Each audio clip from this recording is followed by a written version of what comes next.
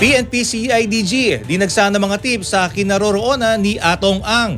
Umaabante sa balita si Abante reporter Edwin Balasa.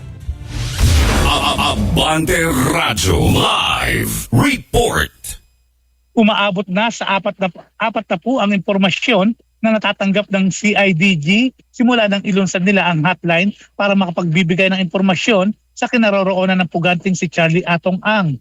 Sa nasabing bilang 14 na rito ang pinuntahan ng CIDG, subalit bigo pa rin silang matagpuan ang kinaroroonan ni Ang habang patuloy pa rin ang verifikasyon sa iba pang lokasyon na posibleng kinaroroonan nito. Sa isinagawang press briefing sa Campo Crame kanina, sinabi ni CIDG National Capital Region Chief Police Colonel John Giagi na wala pa nakakita kay Ang sa Cambodia o Thailand kung saan unang lumabas ang impormasyon na nakatakas na ito ng bansa. Dahil dito 100% pa rin umano ang kanilang effort para halugugin ang mga ari-arian at iba pang lokasyon na kinaroroonan ni Ang dito sa bansa.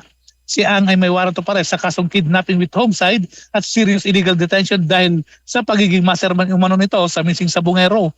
Samantala, nag-apply na rin ng red notice sa Interpol ang PNP sa posibleng nasa Cambodia o Thailand na ang puganteng negosyante. Ako, si Edwin Balasa, Abante.